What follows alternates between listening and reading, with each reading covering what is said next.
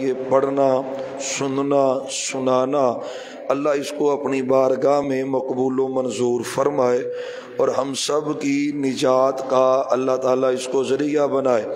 چوتھے پارے میں سورہ آل عمران ہے اور سورہ بقرہ کے بعد قرآن کریم کی سب سے بڑی سورت وہ سورہ آل عمران ہے، اور سورہ بقرہ اور سورہ آل عمران میں بہت سی مماثلتیں پائی جاتی ہیں، اور بعض نے تو احادیث کے مطابق، کیونکہ ایک حدیث کے اندر جس طرح آخری قرآن کی 2 سورتیں ہیں ان کو معوذتین کہا جاتا ہے، آخری 2 سورتوں کو قل اعوذ برب الفلق اور قل اعوذ برب الناس، ان دونوں کو معوذتین کہا جاتا ہے، احادیث میں اس کا تذکرہ ہے۔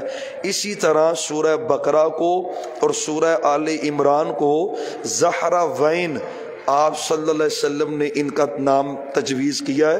مثلا یہ کہ بہت روشن صورتیں، بہت عمدہ صورتیں، بہت زیادہ رعب اور دبدبے والی صورتیں، اور سورہ بقرہ کے اندر اللہ تعالیٰ نے جو مضامین بیان کیے ہیں آپ یہ کہہ لیں کہ اس کا تتمہ، اس کو کمپلیٹ اللہ نے سورہ آل عمران کے اندر کیا ہے۔ اور بھی بہت سی مماثلتیں اہل علم نے اس کی بیان کی ہیں۔ اس سورت کا آغاز بھی الف لام میم سے، اور اس سورت کا آغاز بھی الف لام میم سے ہو رہا ہے۔ اس سورت کے آخر میں بھی ایک جامع ترین دعا اللہ نے ذکر کی ہے، جامع ترین دعا ہے، ربنا لا یکلف اللہ نفسا الا وسعها لها ما کسبت وعلیہا ما اکتسبت ربنا لا تؤاخذنا ان نسینا او اخطانا ربنا ولا تحمل علینا اسرا كما حملته على الذین من قبلنا ربنا ولا تحملنا ما لا طاقة لنا به واعف عنا واغفر لنا وارحمنا انت مولانا فانصرنا علی القوم الکافرین۔ جامع ترین دعا سورہ بقرہ کے آخر پہ اللہ نے ذکر کی ہے، اور اسی طرح جامع ترین دعائیں اللہ نے سورہ آل عمران کے آخر میں بیان کی ہیں۔ الذین یذکرون اللہ قیاما وقعودا وعلی جنوبہم ویتفکرون فی خلق السماوات والارض ربنا ما خلقت هذا باطلا سبحانک فقنا عذاب النار ربنا انک من تدخل النار فقد اخزیتا وما للظالمین من انصار ربنا اننا سمعنا منادیا ینادی للایمان ان آمنوا بربکم فآمنا۔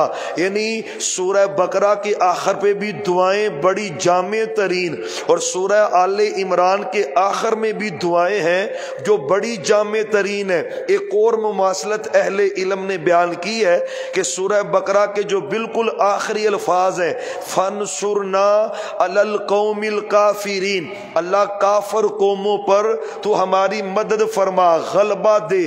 اب وہ غلبہ پانا کس طرح ہے وہ سارا اللہ نے سورہ آل عمران کے اندر ذکر کیا ہے۔ تو دونوں صورتوں کا باہم تعلق بڑا مضبوط ہے، بہت زیادہ ان کے اندر مماثلت پائی جاتی ہے۔ تو ایک اور اس کی عظمت اور فضیلت ہے، اسی سورت کے آخر کے اندر جو 10 آیات ہیں وہ 10 آیات بہت اہمیت کی حامل ہیں۔ شاید ہم میں سے اکثر لوگ اس عمل سے غافل ہوں، عمل نہ کرتے ہو، لیکن یہ حدیث سنیں بھی اور اس کو اپنی لائف کا، زندگی کا مستقل حصہ بنائیں۔ صحابی رسول کہتے ہیں میں اپنی خالہ میمونہ رضی اللہ تعالی عنہا کے گھر میں گیا، رات بسر کی، میں رات آپ کے گھر میں ایک کونے میں میں بھی سو گیا، خالہ جی نے بھی آرام کیا، محبوب کی باری بھی اس گھر میں تھی تو آپ نے بھی آرام فرمایا۔ نصف رات گزرنے کے بعد آپ اپنی چارپائی سے اٹھے، پہلا عمل اٹھتے سار آپ نے اپنا دایاں ہاتھ اپنی آنکھوں پہ اچھی طرح پھیرا، اچھی طرح آپ نے اپنی آنکھوں کو مسلا، یعنی اسے کہتے ہیں نیند سے صحیح طرح بیدار ہونا۔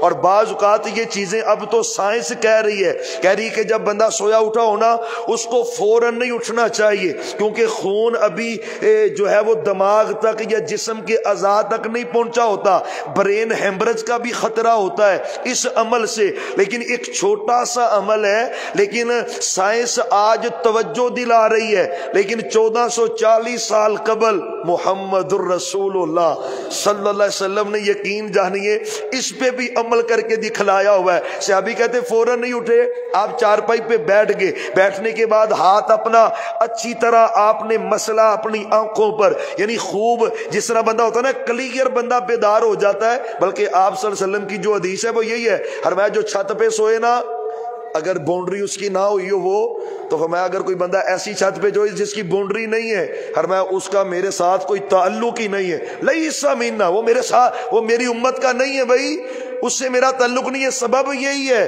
جب بندہ سویا اٹھا ہوتا ہے نا تو اس کو بھی ہوش نہیں ہوتی، بعض اوقات بندہ اٹھتا ہے، اٹھ کے چلنا شروع کر دیتا ہے، تو سیڑھیوں کی بجائے کہیں اور طرف پہنچا اور پھر وہ جنازے کا اعلان بعد میں ہوتا، اور تم محبوب کی یہ حکمت ہے، خبردار۔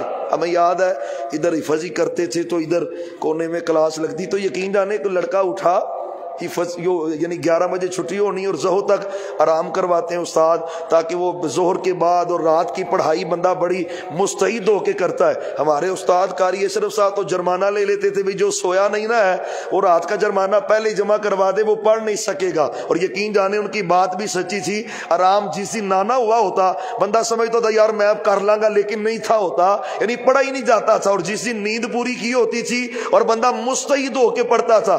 ایک لڑکا اٹھا تو ادھر سین میں آگے نا، ابھی زور سے پہلے اذان کے وقت اٹھا دیتے تو یقین جانے ادھر منہ کر کے نا اس نے نماز شروع کر لی، وہ قیام کرتا جا رہا ہے، رکوع چلے گیا، لوگوں نے اس کو اچھی طرح جب بلایا نا لڑکوں نے، اس سے ہوش ہے کیا ہوا ہے، اور تم نماز پڑھ رہے تھے، کہتا میں نے تو نہیں پڑھی۔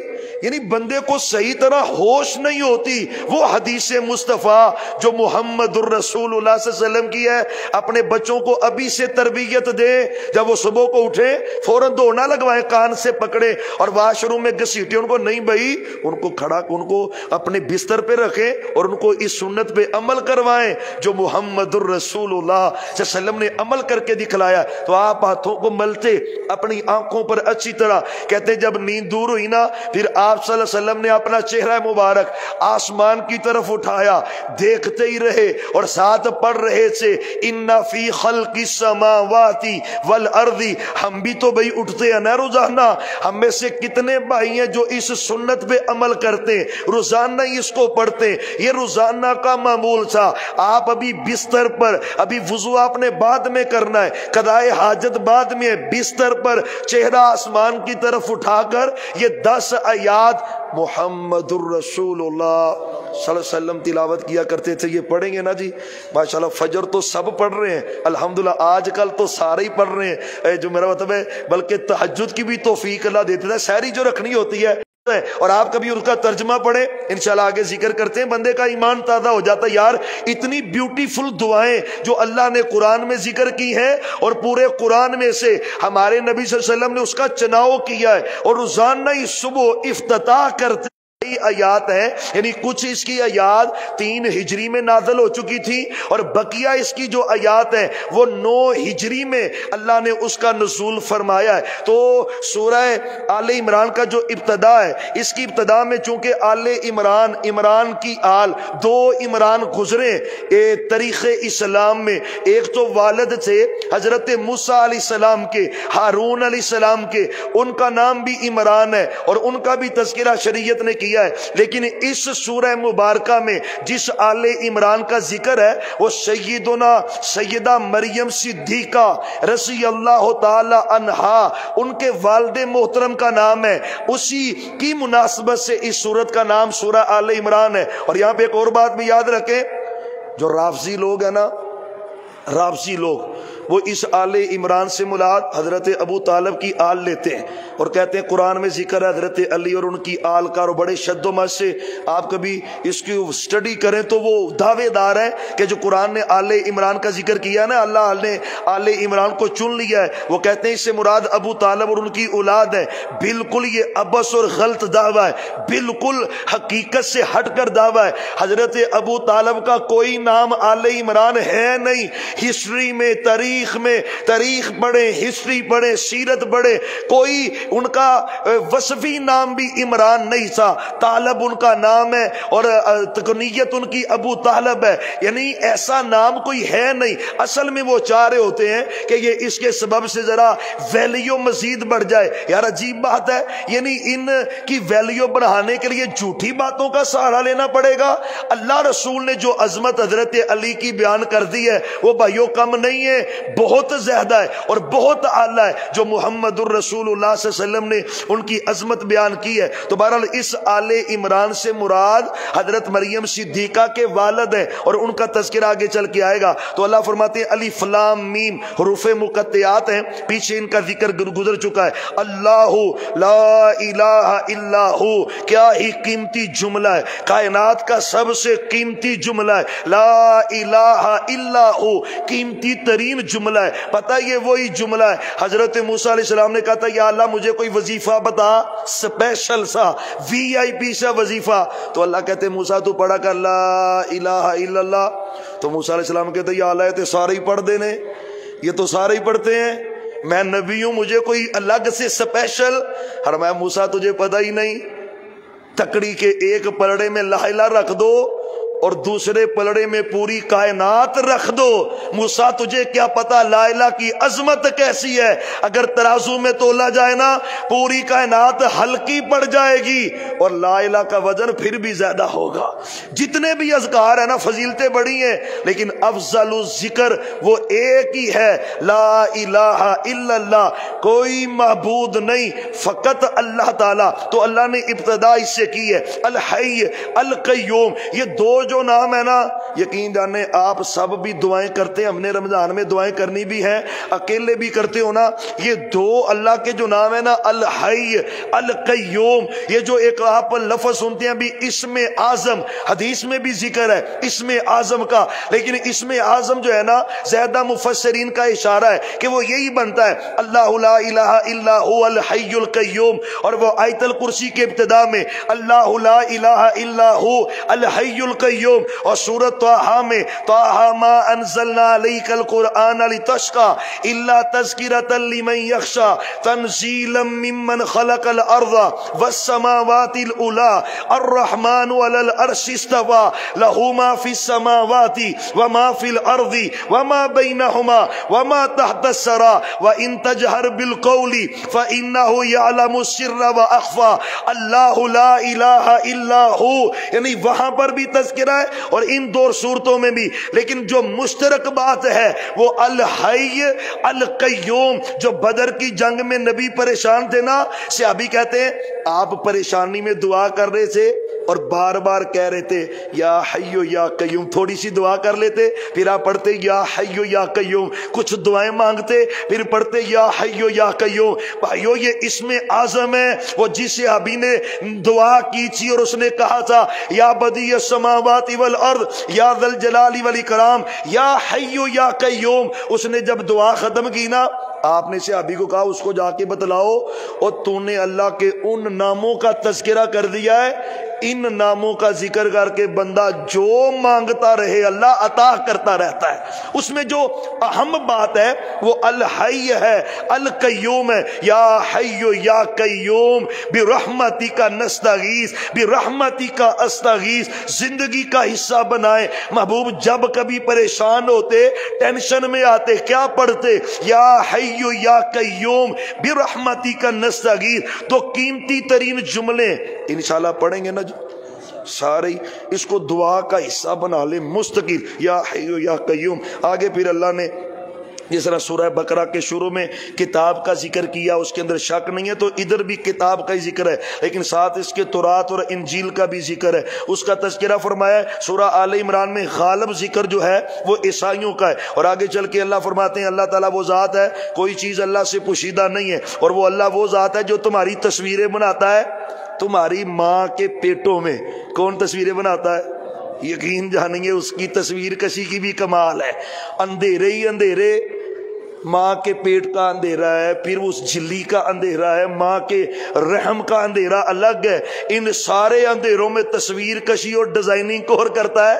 هو الذی یصورکم فی الارحام کیف یشاء۔ وہ تمہاری مرضی سے ڈیزائننگ نہیں ہوتی، مالک کہتا ہے وہ ڈیزائننگ میں اپنی مرضی سے کرتا ہوں، لیکن جس کی میں نے جیسی بھی ڈیزائننگ کی ہے نا، لقد خلقنا الانسان فی احسن تقویم، اس کو اللہ نے بنایا بڑا بیوٹیفل ہے، پیارا اللہ نے اس کو بنایا ہے۔ تو اللہ کہتا میں ہوں جس نے تصویر کشی کی ہے۔ اب مجھے بتلائیں، جب علی اجویری رحمت اللہ علیہ اپنی ماں کے رحم میں سے ان کی تصویر کس نے بنائی تھی؟ اللہ کی قسم اللہ ہی اللہ ہے اور اس کا کوئی شریک ہے ہی نہیں۔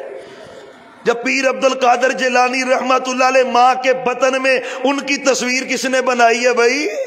حضرت علی جب ماں کے بطن میں سے، ان کی فوٹو کشی کس نے کی ہے؟ اور بھائیو اللہ ہی اللہ ہے جو سارے اختیارات کا مالک ہے۔ هو الذی یصورکم فی الارحام کیف یشاء، وہ جیسے چاہتا ہے تصویریں بناتا ہے اور کمال ہی بناتا ہے۔ اور ساتھ ہی فرمایا لا الہ، اور ادھر الہ کا مطلب یہ ہے کہ اس اللہ کے علاوہ کوئی تصویر کشی کر سکتا؟ کوئی دوسرا کر سکتا؟ کوئی پیر نہیں کر سکتا، کوئی نبی نہیں کر سکتا، کوئی فرشتہ نہیں کر سکتا، کوئی کتب نہیں کر سکتا، کوئی ابدال نہیں کر سکتا۔ لا الہ، اللہ کہتے ہیں کوئی تصویر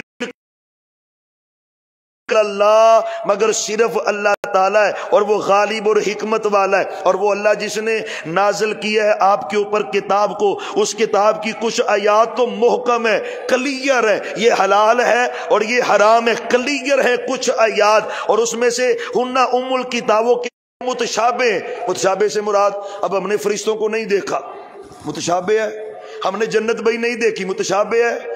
ہم نے قبر کا عذاب نہیں دیکھا، متشابہ ہے۔ تقدیر کی حقیقت 100% کیا ہے؟ یہ متشابہ ہے، یہ محکم آیات نہیں ہے۔ محکم آیات وہ جو کلیئر ہے، یہ حلال ہے، یہ حرام ہے، یہ کلیئر دین ہے۔ اللہ کہتے ہیں یہ محکم آیات ہے اور کچھ متشابہ ہیں، لیکن جن کے دلوں میں ٹیڑھا پن ہوتا ہے نا، وہ متشابہ آیات کے پیچھے چڑھ کے نا جھگڑا ڈالنے کے لیے متشابہ، آپ اب دیکھیں اکثر جو جھگڑالو لوگ ہوتے ہیں وہ تقدیر کا مسئلہ لے کے بیٹھ جائیں گے، عذاب قبر کا مسئلہ لے کے بیٹھ جائیں گے، یعنی متشابہ آیات کے پیچھے پڑتے ہیں۔ اللہ کہتے ہیں یہ ان لوگوں کی علامت ہے جن کے دلوں میں کچی ہوتی ہے، ٹیڑھا پن ہوتا ہے، تو وہ متشابہ آیات کے پیچھے چلتے ہیں۔ لیکن وقت کے ساتھ ساتھ بعض وقت ایسا بھی ہوتا ہے، بڑے مسئلے ایسے ہیں جو آج سے 30 سال 40 سال پہلے متشابہ تھے، لیکن جدید سائنس نے آ کے ان کو محکم کر دیا ہے، وہ بالکل کلیئر ہو کے رہ گئے۔ مثال وزن کا تولنا، عملوں کا تولنا، روزے کا وزن ہوگا، نماز کا بھی وزن ہوگا۔ وہ کہتے ہیں یار یہ وزن کیسے ہو سکتا ہے؟ عمل کا وزن کیسے؟ اس کا تو وجود نہیں ہے، تو پھر وہ عمل کا وزن کیسے ہوگا؟ آج اللہ نے ہوا کو تولا ہے، رب نے سائنس کے ذریعے بتلایا ہے، ہوا کو چیزیں کلیئر کر دیتا۔ ممکن ہے آئندہ سالوں میں اللہ پتہ نہیں کیا کیا ایجادات کر دے اور مزید معاملے کلیئر اور واضح ہو جائے، تو اللہ نے اس کا ذکر کیا ہے۔ لیکن اللہ کہتے ہیں پختہ علم والے جو ہے نا وہ اس بحث میں نہیں پڑتے، وہ کیا کہتے ہیں؟ یقولون رب آمنا بھی، جو اللہ نے نازل کیا ہمارا ایمان ہے، ہم اس میں بحث نہیں کرتے۔ کل من عند ربنا، ہر بات ہی میرے اللہ کی طرف سے ہے، اور جو عقل والے ہیں وہ نصیحت حاصل کرتے ہیں۔ پھر آگے بڑی پیاری دعا ہے، جامع دعا ہے۔ آج کے فتنوں کے دور میں اس دعا کو تو لازمی پڑھنا چاہیے۔ کوئی دن ایسا نہ ہو جس دن آپ یہ دعا نہ پڑھیں، تشہد کا مستقل حصہ بنائیں۔ بھائیو فتنوں کا دور ہے اور اس دعا میں اس کی بڑی ضرورت ہے۔ ربنا لا تزغ قلوبنا بعد اذ ہدیتنا، اللہ ہدایت دینے کے بعد ہمارے دلوں کو گمراہ نہ کرنا۔ یار کتنے لوگ پکا نمازی ہوتا ہے، اب کیا ہے شرابی، اب کیا زانی، یقین جانے کئی مثالیں ایسی کئی مثالیں، وہ جو بندہ دیکھتا ہے تو پھر بندہ کہتا ہے یا اللہ تو نے حق کہا ہے، ربنا لا تزغ قلوبنا، یا اللہ ہدایت دینے کے بعد دل نہ پلٹنا۔ ماں ام سلمہ کہتی ہیں رضی اللہ، میرے گھر جب سچے نبی علیہ السلام آتے نا، جب بھی آتے تو آپ کثرت سے یہی دعا پڑھتے، یا مقلب القلوب ثبت قلبی علی دینک۔ کیسا قیمتی جملہ ہے یار، یا مصرف القلوب صرف قلبی الی طاعتک۔ ماں جی کہتی میں نہ ہی رہ سکی، میں نے ایک دن کہا محبوب وجہ کیا ہے؟ اس دعا کو اتنا ہی زیادہ پڑھتے ہیں۔ فرمایا ام سلمہ ہر بندے کا دل نہ اللہ کی 2 انگلیوں کے درمیان ہوتا ہے، 2 انگلیوں کے درمیان، جب چاہے وہ پلٹ دیتا ہے۔ تو میں اللہ کا ترلا ہی کرتا رہتا ہوں، یا اللہ میرا دل جو ہے نا وہ ہدایت کی طرف ہی پلٹ کے رکھنا، اپنے دین کی طرف پلٹ کے رکھنا۔ یار نبی تو مبرہ ہے، اس شبہ سے بھی ہمیں ضرورت ہے۔ آج ہمیں ضرورت ہے، پتہ ہی نہیں لگتا کیسے ایمان شیطان تباہ کر دیتا ہے۔ تو شیطان کے اس حملے سے بچنے کے لیے کرنا کیا ہے؟ ربنا لا تزغ قلوبنا۔ روزوں میں تو سب کو پڑھنی چاہیے، سب کو، جو صرف رمضان کے نمازی ہوتے ہیں نا ان کو بھی پڑھنی چاہیے، ان کو بھی یار ممکن ہے اللہ ان کو مستقل نمازی بنا دے، اللہ کے گھر میں کون سی کمی ہے؟ اللہ ان کو مستقل نہیں کر دے تو اللہ کے گھر میں کمی تو کوئی نہیں۔ تو بہرحال اس دعا کو زندگی کا حصہ بنائے۔ وَهَبْ لَنَا مِن لَّدُنْكَ رَحْمَةً إِنَّكَ أَنتَ الْوَهَّابُ۔ اللہ اپنی خاص رحمت سے ہمیں رحمت عطا فرما، اور تو ہی عطا کرنے والا ہے۔ آگے اللہ نے آخرت کا ذکر کیا ہے، اور اس کے چلنے کے بعد آگے فرمایا کہ وَزُيِّنَ لِلنَّاسِ حُبُّ الشَّهَوَاتِ۔ اللہ نے مزین کر دی ہیں، خوبصورت کر دی ہیں لوگوں کے لیے شہوات کی محبت۔ شہوات کی محبت کیا؟ فطرتی طور پہ جو چیزیں دل کی طرف مائل رکھتی ہیں وہ شہوات کی محبت ہے۔ تو اللہ کہتے ہیں ہم نے مزین کر دی، یہ ایک آزمائش ہے جو اللہ نے بندوں کی رکھی ہے، اور یہ بری نہیں ہے، ان میں خیر بھی ہے۔ اللہ کہتے ہیں شہوات کی محبت ہے، عورتوں کی محبت ہے، اللہ نے عورتوں کو مزین کر دیا۔ اب اس میں بھی دیکھیں خیر بھی ہے اور شر بھی ہے۔ آپ فرماتے ہیں صحابہ میری امت کے نوجوانوں پر سب سے خطرناک فتنہ میری امت کے نوجوانوں کے لیے وہ عورتوں کا فتنہ ہے، اور کافر اس فتنے کو یوز کر رہا ہے کہ نہیں؟ صابن کا اشتہار دینا تو تصویر بی بی کی، بائک کا اشتہار دینا تو تصویر بی بی کی، موبائل کارڈ کا اشتہار دینا تو تصویر عورت کی۔ وہ عورت کے ذریعے وہ کوشش کر رہا ہے تباہی کرنے کی نوجوان نسل کی، اور وہ اس معاملے میں کئی حد تک کامیاب بھی ہے۔ اللہ ماشاءاللہ جس کو میرا اللہ بچائے۔ تو آپ فرماتے ہیں بدترین فتنہ میری امت کے نوجوانوں کے لیے عورت کا ہے، لیکن دوسری طرف کیا کہا ہے؟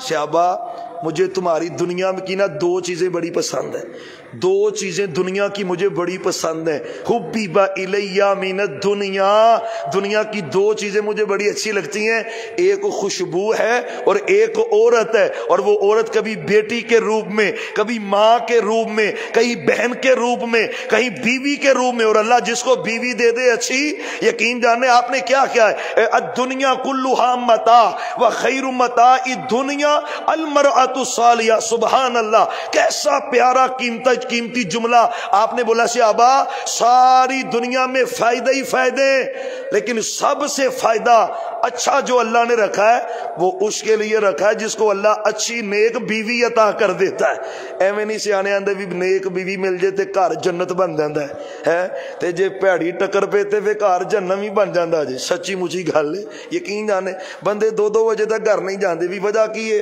آندا گھر جا کے بھی کلک لینی پینی ہے تے باہر ہی رہنا وا۔ یعنی وہ جس گھر میں پھر ایسا سیاپا پڑ جائے نا تو وہ تباہی ہو جاتی ہے۔ لیکن نیک بیوی، اچھی بیوی اللہ جس کو دے دے تو آپ نے اس کا تذکرہ کیا ہے۔ والبنین، بیٹے اگر اس لیے ہوں دین کی اشاعت ہوگی، تبلیغ ہوگی تو بیٹے رحمت ہے، اور اگر دنیا کا فخر لالچ ہو تو یہ بیٹے بھی آزمائش بن جاتے ہیں۔ والقناطیر المقنطرہ، خزانے جمع کرتا ہے، شمار کرتا ہے، گنتا ہے سونے کے چاندی کے، اور حالانکہ یہ منع نہیں ہے، اگر زکوٰۃ دے دی جائے تو یہ خزانہ بالکل کلیئر ہے، پاک صاف ہے، اس کو رکھ سکتے ہیں، بالکل جائز اور درست ہے۔ والخیل المسومہ، گھوڑے نشان زدہ، والانعام، اور چپائے، والحرث، اور کھیتی، یہ جائیداد، یہ دنیا کا ساز و سامان اور فائدہ ہے۔ واللہ عندہ حسن المآب، اللہ کی طرف، اللہ کے ہاں جو ٹھکانہ ہے وہ بڑا اچھا ہے۔ اگلی آیت کیا پلا؟ اللہ کہتے ہیں یہ جو کچھ میں نے ذکر کیا نا وہ اسی میں مگن نہ ہو جانا۔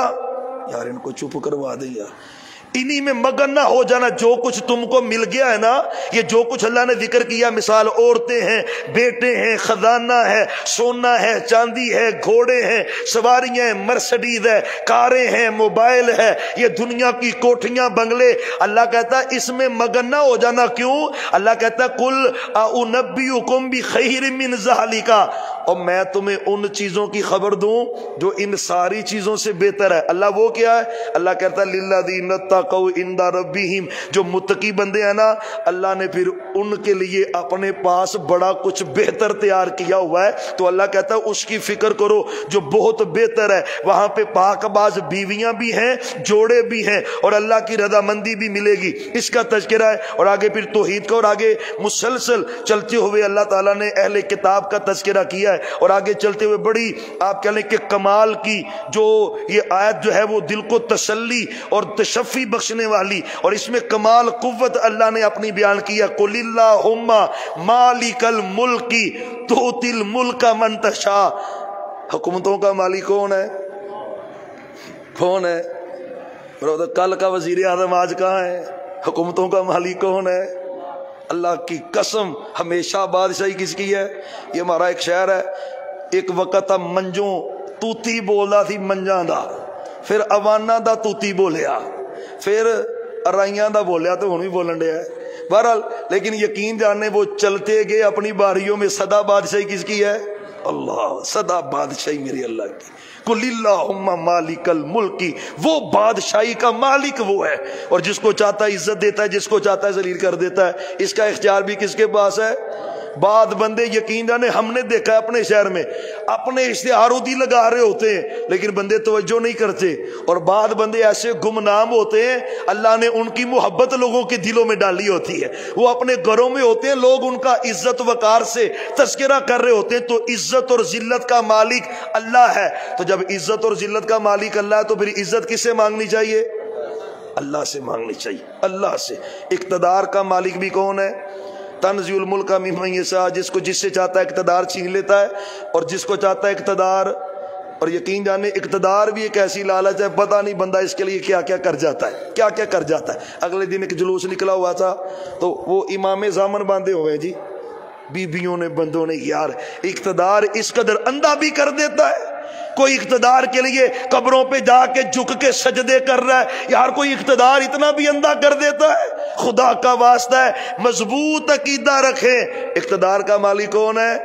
تو جب مالک وہ ہے تو پھر اس سے اقتدار مانگنا چاہیے نا، اسی کے آگے جھکنا چاہیے۔ تو مالک نے کمال تذکرہ یہاں پہ کیا ہے۔ آگے بھی اللہ نے پھر اہل ایمان کا تذکرہ، اور پھر یہود و نصارہ کا، اور کثرت سے عیسائیوں کا تذکرہ ہے۔ اور اس سورت کا جو آپ کہہ لیں کہ مرکزی مقام ہے، جو ذکر ہے سورہ آل عمران، آل عمران کے والے سے وہ واقعہ اللہ نے ذکر کیا ہے، اس کا تذکرہ بھی کرنا چاہیے کیونکہ بڑی اس کے اندر نصیحت ہے۔ ان اللہ اصطفیٰ، اللہ نے چن لیا آدم علیہ السلام کو، نوح علیہ السلام کو۔ تھکتے نہیں گئے ہیں؟ تھکتے نہیں گئے؟ آج تو میرے خیال کوئی انتظام کیا جی عبد الناصر صاحب؟ ماشاءاللہ آج تو دودھ کا بھی انتظام ہے آپ کے لیے بھائیوں نے نا جی، وہ کل ہی پلان کیا، اللہ تعالیٰ ان کو برکت عطا فرمائے۔ یہ ہونا بھی چاہیے، سنت ایڈے خوشک نہیں ہونا چاہیے تھا، تو اسی دگے خوشک بڑے مشہور ہیں بھائی، یہ تڑکا لگتا رہنا چاہیے، حدیث میں بھی آتا ہے۔ کبھی کھجوریں مسجد میں آتی ہے، آپ کھجوریں تقسیم کر رہے ہیں، گوشت تقسیم ہو رہا ہے، دودھ تقسیم ہو رہا ہے۔ پتہ جو ابو ہریرہ رضی اللہ تعالیٰ کو بھوک لگی تھی تو کہہ رہے میں بار بار آیتیں پڑھ رہا تھا، وَيُطْعِمُونَ الطَّعَامَ عَلَىٰ حُبِّهِ، تو محبوب کو سمجھ آ گئی، تو آپ لے کے مجھے مسجد میں ہی آئے سے، وہ مسجد میں ہی دودھ کا پیالہ آیا تھا، آپ نے مسجد میں نمازیوں کو ہی پلایا تھا۔ تو یہ ایک سنت عمل ہے، اس میں بھی عمل ہونا چاہیے۔ تو آج ہو چکا ہے تو انشاءاللہ یہ چلتا رہے گا پورا مہینہ ہی انشاءاللہ۔ اللہ کے فضل سے اللہ بھائیوں کو برکت دے، اور یہ دین کی باہمی محبت، ذوق شوق اللہ اس کو قبول بھی فرمائے۔ تو اللہ کہتے ہیں چن لیا اللہ نے آدم علیہ السلام کو اور نوح علیہ السلام کو، اور اللہ نے آل ابراہیم اور آل عمران کو جہان والوں پہ چن لیا، عظمت دی ہے۔ یہ اس وقت کی باتیں کہ اللہ نے ان کو عظمت، مقام اور عزت عطا کی ہے۔ اذ قالت امرأۃ عمران، جب عمران کی بیوی نے کہا ربی، اے میرے رب، انی نذرت لک، میں نے نظر مانی ہے تیرے نام کی۔ کس کے نام کی؟ نظر کس کے نام کی؟ پھر بولے اللہ کی قسم نظر حسین یہ بالکل شرک ہے۔ نظر عبادت ہے، وہ کس کے نام کی مانگنی ہے؟ صرف اللہ کے نام کی، اور کسی کے نام کی نظر حرام ہے، بالکل حرام ہے۔ نظر عبادت ہے، اور عبادت کس کی کرنی ہے؟ یہ اللہ کی ولیہ کہہ رہی اللہ میں نے نظر مانی ہے تیرے نام کی، معافی بطنی جو میرے پیٹ میں ہے، محررہ اس کو آزاد کر دوں گی۔ یہ بچے ہیں نا ماشاءاللہ دین پڑھنے آ رہے ہیں، یہ وہی نیت ہے اماں کی، اللہ بیٹا تو دے دے میں تیرے دین کے لیے وقف کر دوں گی۔ وہ قرآن اس وقت کی جو شریعت ہے وہ پڑھے گا، دین پڑھے گا، تیرے ہی دین کا کام کرے گا۔ فتقبل منی، اللہ تو قبول فرما کیونکہ تو ہی سننے والا اور خوب جاننے والا ہے۔ فلما وضعتها، ڈلیوری کیس ہوا نا، ڈلیوری کیس ہوا، بس اللہ تعالیٰ اس معاملے میں بھی رحم فرما دے ہمارے معاشرے پہ۔ اچھا بھلا نارمل کا چکر چل رہا ہوتا ہے، این موقع پہ آگے اوہ بلڈ پریشر بڑا ہی ہو گیا، یہ بہت خطرہ بڑا جی، بچے کو بھی خطرہ اور ماں کو بھی خطرہ، بھی دونوں میں سے کوئی ایک فوت ہو سکتا ہے، کچھ کریں بھائی۔ وہ بندہ بیچارہ اتنے جوگا ہوتا نہیں، قسم اللہ کی ہم نے بھیک مانگتے لوگوں کو دیکھا ہے، ایسی کیفیت ہوتی ہے اور اتنا ظلم ڈال دیتے ہیں فوراً ہی۔ فلما وضع، اللہ رحم فرمائے، مجموعی طور پہ ہم جو ہے نا معاشرتی طور پہ ہماری تباہی ہو چکی ہے، اللہ ہم پہ رحم فرما دے۔ اچھے بندے بھی ہیں، ان کا انکار نہیں ہے جو درد دل رکھنے والے، لیکن اکثریت جو ہے نا وہ کیس یہی سامنے آتے ہیں اور ظلم کی داستانیں سننے کو ملتی ہیں۔ تو میں فلما وضع تھا، ڈلیوری ہوئی نا، قالت ربی انی وضعتها انثى، اب نظر مانی تھی اللہ پتر دے، اللہ تو جب ڈلیوری ہوئی نا تو بیٹی دیکھی، یا اللہ یہ تے تھی جمی پئی ہے، اللہ میں تھی نہیں لینی، میں تے پتر لینا ہے۔ اٹھو ادھر آؤ، ادھر آؤ، آپ ادھر آ جاؤ بیٹا ادھر آ جائیں، آ جائیں شاباش شاباش۔ یا اللہ میں نے تو بیٹا مانگا تھا اور یہ بیٹی ہو گئی ہے۔ تو اللہ تعالیٰ کہتے ہیں واللہ اعلم بما وضعت، اللہ کہتے ہیں مجھے زیادہ پتا ہے، تو جو تو نے جنا ہے نا مجھے بتانے کی ضرورت ہی نہیں ہے، لیکن جملہ پتا کیا ہے، وَلَيْسَ الذَّكَرُ كَالْأُنثىٰ، تو لڑکا مانگ رہی ہے نا، اگر تجھے لڑکا دے بھی دیتا تو وہ اس لڑکی کی عظمت کو پہنچ نہیں سکتا تھا۔ اللہ جو عظمت اس کو دینے والا ہے نا، وہ عظمت اتنی ہوگی کہ لڑکا ہوتا تو اتنا مقام نہ پاتا۔ یقین جانیے ہونا تھا نا کہ ایسا، آج پوری دنیا میں نام روشن ہے سیدہ مریم صدیقہ سلام اللہ علیہا۔ رب نے ایک ایسا عظمت والا کام اس اللہ نے اپنی بندی سے لینا تھا، اور میں اگر لڑکا ہوتا تو اتنی عظمت نہ پاتا۔ وَإِنِّي سَمَّيْتُهَا مریم، پہلا فرسٹ ڈے اللہ کہتے ہیں میں نے اس تیری بیٹی کا نام مریم خود تجویز کر دیا ہے۔ اس سے شاعری نے لکھا ہے پہلے دن بھی نام رکھنا جائز ہے، بلکہ ڈلیوری سے پہلے بھی نام رکھنا جائز ہے۔ آگے ذکر آئے گا سورت مریم کے اندر، سیدہ حضرت زکریا کے ہاں جب بیٹا پیدا ہوا ہے نا، پیدا ہونے سے پہلے ہی اللہ نے نام تجویز کر دیا ہے، اور میں بیٹا بھی دوں گا، نام اس کا یحییٰ میں نے رکھ دیا ہے۔ تو ادھر پتہ یہ چلتا ہے کہ سنت سے ثابت ہے، یعنی بیٹا پیدا ہو گیا ہے، پہلے دن بھی نام تجویز کر سکتے ہیں جو اللہ نے نام تجویز کیا ہے۔ ایک حدیث میں ذکر ہے تیسرے دن نام رکھیں، ایک حدیث میں ذکر ہے 7ویں دن نام رکھیں۔ تو اہل علم نے لکھا ہے تینوں میں اختیار ہے، وقت سے یعنی پہلے بھی تجویز کر سکتے ہیں، پہلے دن بھی، تیسرے بھی، اور کم از کم 7ویں سے تاخیر کرنا یہ سنت سے منافی ہے۔ اور میں نے اس کا رکھ دیا ہے انی اعیذھا بکا وذریتھا من الشیطان الرجیم، اور میں اس بی بی کو، مریم صدیقہ کو اور اس کی اولاد کو میں نے شیطان سے محفوظ کر دیا ہے۔ اور آپ فرماتے ہیں صحابہ جتنے بچے پیدا ہوتے ہیں نا، شیطان پیدائش سے وقت چونبڑ لگاتا ہے ان کو انگلی مارتا ہے تو وہ چین چین چین کر کے ہی باہر آتے ہیں، سوائے 2 کے، ایک مریم صدیقہ اور ایک ان کا بیٹا حضرت عیسیٰ علیہ السلام، جن کے ساتھ یہ معاملہ نہیں ہوا کیونکہ اللہ نے ایڈوانس ہی وعدہ کر دیا تھا کہ انی اعیذھا، میں نے اس لڑکی کو مریم صدیقہ کو علیہ السلام بکا وذریتھا، اور اس کی اولاد کو شیطان رجیم سے میں نے پناہ میں دے دیا ہے۔ فتقبلھا ربھا بقبول حسن، اللہ نے اس بی بی کو قبول کر لیا ہے، اچھے طریقے سے قبول کیا ہے، اور پھر اس کی پرورش کا انتظام کیا ہے۔ وکفلھا زکریا، اور اس کی کفالت کا انتظام ان کے خالو جان حضرت زکریا، کیونکہ حضرت مریم صدیقہ کی والدہ اور حضرت زکریا کی جو بیوی تھی سگی بہنیں تھی آپس میں، تو ان کے خالو جان سے حضرت زکریا، اچھا خالو نہ بھی ہوتے تو وقت کا جو پیغمبر ہوتا ہے وہ سب سے زیادہ حق رکھتا ہے اپنی رعایا پر. تو نبی بھی تھے اور خالو بھی تھے, دو رشتے تھے, تو کفالت ان کے ذمہ آئی. قرآن میں دوسری جگہ پہ آتا ہے قرآن اندازی ہوئی کہ نہر میں تم نے کلمیں پھینکنی ہے, آگے بھی ذکر آئے گا.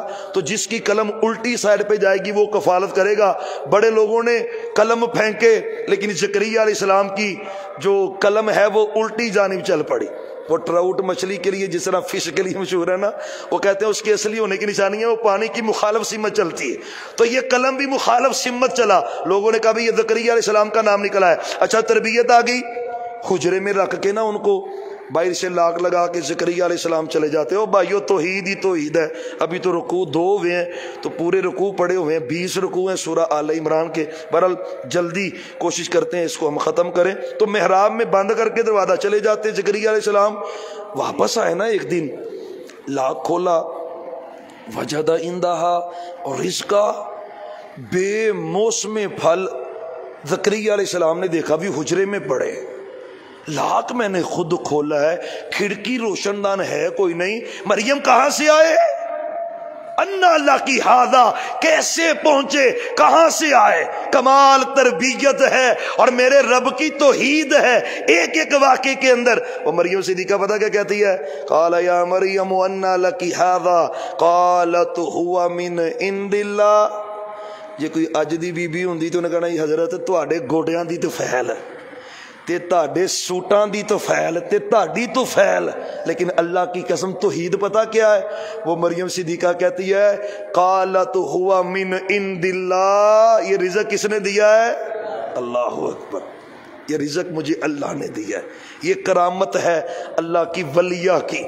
ولی اپنی مرضی سے کرامت نہیں دکھا سکتا, لیکن یہ کرامت ہے اللہ جب چاہتا ہے اس کا ظہور کر دیتا ہے. اور بھی واقعات بڑے ہیں اس موضوع پہ, آگے قرآن میں بھی ذکر ہوگا. قالت ہوا من عند اللہ, اللہ کی طرف سے ہے.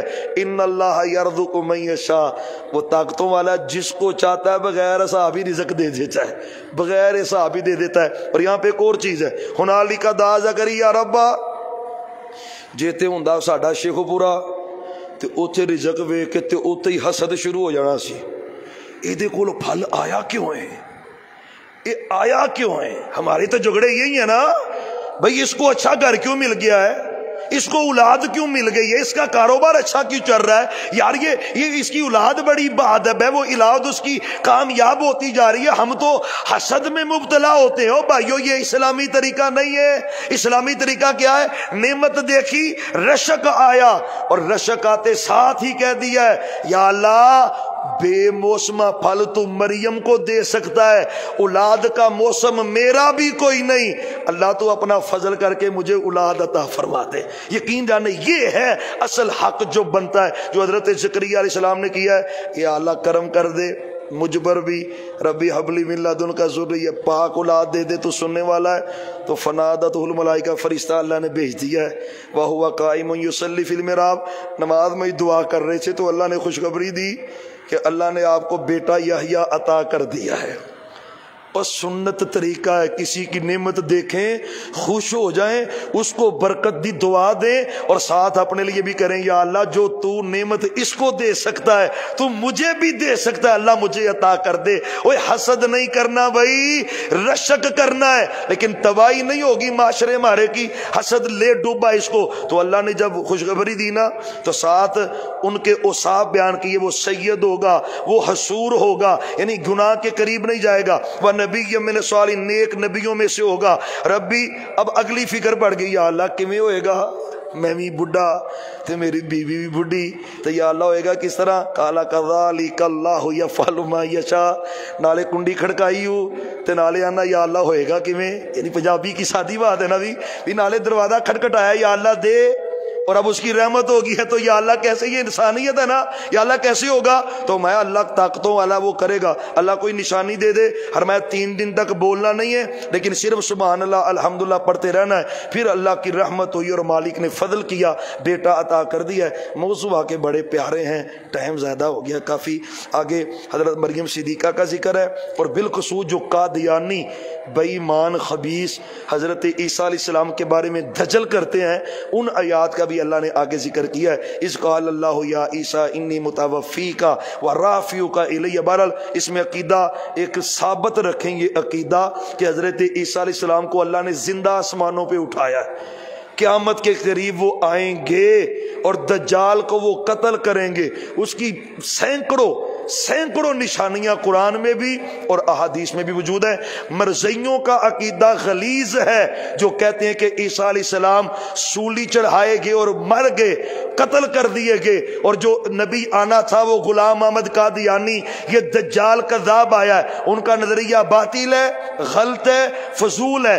یہودیوں کا عقیدہ بھی غلط ہے جو کہتے ہیں ہم نے عیسیٰ علیہ السلام کو قتل کر دیا ہے۔ عیسائیوں کا بھی عقیدہ غلط ہے جو کہتے ہیں کہ ہمارے گناہوں کا کفارہ حضرت عیسیٰ علیہ السلام نے دیا ہے۔ صحیح عقیدہ کیا ہے؟ عیسیٰ علیہ السلام کو اللہ نے آسمانوں پہ اٹھا لیا ہے، چھٹے پارے میں اس کی بڑی ڈیٹیل ہے، وہاں پہ ذکر کریں گے۔ بارہ اللہ نے اوپر اٹھا لیا ہے، قرب قیامت آئیں گے، دجال کو قتل ہی وہ کریں گے، یاجوج ماجوج کو ختم بھی وہ کریں گے، تو ان کے بغیر قیامت نہیں قائم ہونی۔ وہ قیامت کی علامت ہے، بڑی نشانی ہے۔ اور آخری ضمن میں بات، وہ جو نجران کا وفد آیا جس صورت میں، اس صورت کا نام آل عمران ہے، وہ نجران کا وفد آپ کے پاس آیا، عیسائی تھے، تو انہوں نے آپ سے عیسائیت پہ بحث کی میرے نبی کے ساتھ، اور نبی علیہ السلام نے ان کو جب دلائل دیے نا، تو اب آپ اندازہ لگائیں دلائل دینے والے محمد مصطفیٰ ہیں۔ ذرا درود پڑھیں برکت کے لیے، پھر پڑھ لیں۔ خوشبو آ رہی ہے دودھ کی، مجھے بھی آ رہی ہے، آپ کو بھی آ رہی ہے، لیکن درود تو پڑھیں ذرا صلی اللہ ہو۔ اتنی خوش طبی جائز ہے اور ہونی بھی چاہیے، اس سے ذرا بندہ نا جو وہ بہت زیادہ جو ہے وہ اوور ہونا، یہ بات ٹھیک نہیں ہے، لیکن کچھ خوش طبی جس میں جھوٹ بھی نہ ہو وہ جواز کی حد تک ہے۔ بہرحال محمد الرسول اللہ۔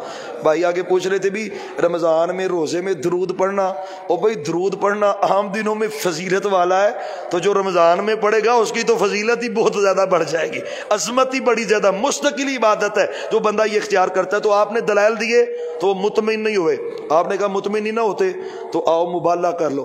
مبالغے کے لیے پھر آپ نے بلایا حضرت فاطمہ کو، حضرت حسن کو، حسین کو، حضرت علی کو۔ بعد نے کہا بھی بیٹی ایک ہی ہے جو بلائی ہے، 3 اور ہوتی ہیں تو آنا چاہتی۔ یہ 9 ہجری کی بات ہے، اور 9 ہجری سے پہلے 8 ہجری تک آپ کی تینوں بیٹیاں وفات پا چکی، سیدہ زینب، ام کلثوم اور رقیہ۔